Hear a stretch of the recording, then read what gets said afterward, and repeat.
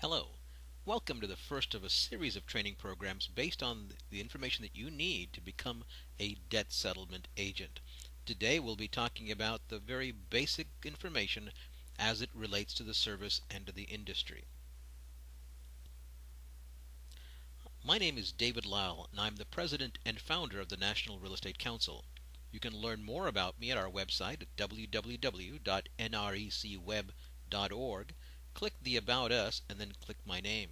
I've been in the real estate business for over 20 years. I'm a licensed Department of Real Estate broker, and I'll be the person that you'll be working with most closely through the course of your career as a debt settlement agent. Debt settlement is on the rise due to a number of different factors, not the least of which is unemployment in this country is above 10% in most metropolitan areas. People have, as a result of the mortgage crisis, lost their savings and their nest egg through their 401ks and checking and savings account. The mortgage crisis, more than most other things, have led to a dramatic decline in the fortunes of most people. In order to save their homes from foreclosures, most people take the first step to drain their bank accounts, their checking and their savings. If they can't make a mortgage payment, they reach for the assets that they have saved, primarily in their checking or savings account. Beyond that, they reach out to their 401k and IRA accounts by cashing out those retirement assets that they have accumulated. It's very important for us to be able to express to people that cashing out a 401k or an IRA account is a very financially ruinous thing to do, and it should be discouraged. Don't recommend to anybody that they cash out their retirement funds. After that, most people focus on their credit cards. Now, this cashing out IRAs or using credit cards and savings account, all of these things are interchangeable and people start at different levels. But ultimately, the third step in this process is that the credit cards are maxed out. And that's the point that most of our clients come to us, or we reach out to a client who's in that position. Credit cards completely maxed out, and when you've maxed out a credit card, and if you've missed a payment or two, your interest skyrockets. A lot of people right now are paying interest rates up to 30% on their credit cards. People who are overwhelmed with their debt begin to think about bankruptcy, and this is a suggestion that comes to them through the various advertisements that they might see from bankruptcy attorneys or from articles that they might have read or recommendations from family and friends. Bankruptcy is an option for many people. It's not an option for a lot of people. So it's something that we need to understand and be able to explain to our clients. There are several types of bankruptcies that a client may file for. The two that we're going to concern ourselves with is Chapter 13 and Chapter 7. The other types of bankruptcies generally apply to extremely wealthy people or large businesses.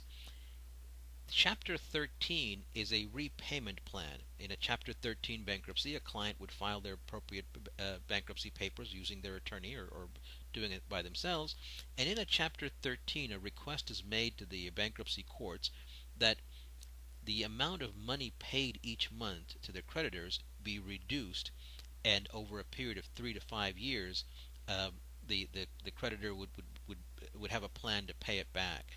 For example, somebody may be currently delinquent on their mortgage and have additional bills to pay, and the total amount of money each month they pay towards their obligations is $5,000 a month, excluding their mortgage. In Chapter 13, they may request a reduced plan to say each month we will make payments to the trustee of the bankruptcy court, say $2,500, and that amount of money the trustee will allocate to different creditors at a reduced amount of money, reduced rate. The mortgage payment will not change. The mortgage payment will be whatever the mortgage payment is. However, the amount of money that has been missed or not paid, however many months the client might have missed a mortgage payment, that amount of money will be structured into the plan so it can be, at some point it'll be caught up. The client has 3 to 5 years to become current, and then move on with their lives and then come out of Chapter 13 bankruptcy. Chapter 7 bankruptcy basically allows the creditor to go to court and say, this is all that I have and this is what I owe. And the bankruptcy trustee then will just sort of balance it all out, take all of the assets of the creditor, dispose of it in whatever manner, pay all the necessary bills that can be paid, and then the person emerges from bankruptcy free of all debt, but free of their assets as well. So everything is taken away. So there's the disqualifying factors are that there's a lot of people who cannot file Chapter 13 bankruptcy because their assets exceed $1 million. That's kind of a limit that we have to shoot for. If they have assets more than $1 million, they might not be a candidate for Chapter 13 bankruptcy. In Chapter 7 bankruptcy, as we've indicated before, all of the assets must be placed on the table. And there are many people who are not interested in filing Chapter 7 bankruptcy because there are assets that they want to keep, and that would disqualify them from going into Chapter 7. Whether or not a client is a candidate for Chapter 7 or Chapter 13, or whether they're a candidate for debt settlement, is something that we need to talk about on a case-by-case basis regarding the client. A lot of clients choose to look towards debt settlement because bankruptcy is not a viable option for them. Perhaps because they don't qualify, and perhaps because they don't want to be associated with the stigma of bankruptcy, which a lot of people have a very big distaste for. Bankruptcies and debt settlements are a big factor because currently in this country, the combined debt that is owed by most people is in excess of $2.57 trillion. That's an enormous amount of money. That's over $60,000 per person in this country. When we look at credit cards as a whole, when we include the enormous interest rates that most people are paying, if we took a $10,000 balance and somebody made the minimum payments on that credit card, it may take as long as 32 years to pay back that $10,000 loan, and an combined interest of in excess of $15,000.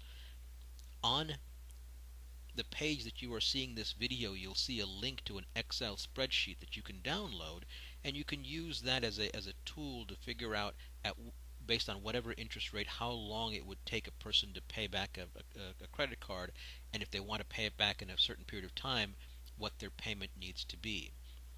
And that'll give you an idea as to what different dollar amounts are. So run the analysis for different whole numbers like $5,000, $10,000, $15,000, and so forth, and to figure out how long it would take to pay it back. These are the things that you can use in the discussions with your clients.